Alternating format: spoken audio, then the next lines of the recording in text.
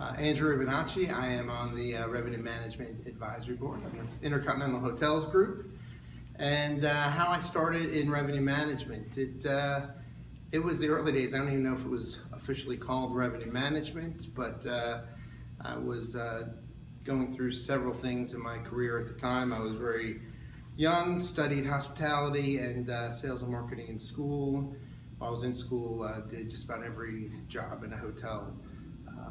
After I got out, was front office manager, went through a management training program, front office manager, and had a boss come in and sort of talk to me about something, asked me a couple questions, and next day he came in and said, "Hey, Marriott's starting this thing called revenue management.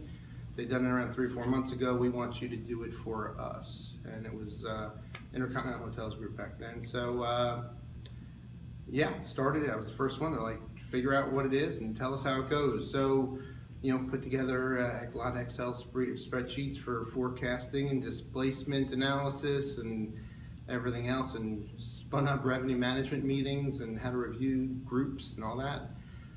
And we made a ton of money for the hotel, so the company decided to adopt it more broadly. I went to the corporate office and kind of rolled out the position. Started with company managed hotels and progressed through my career. Went into back into operations because back then there wasn't a career path. So I became a GM.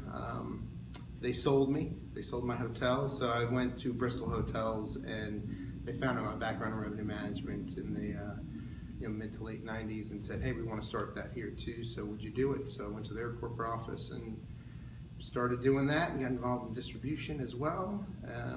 Went over to Maristar Hotels, which is now Interstate.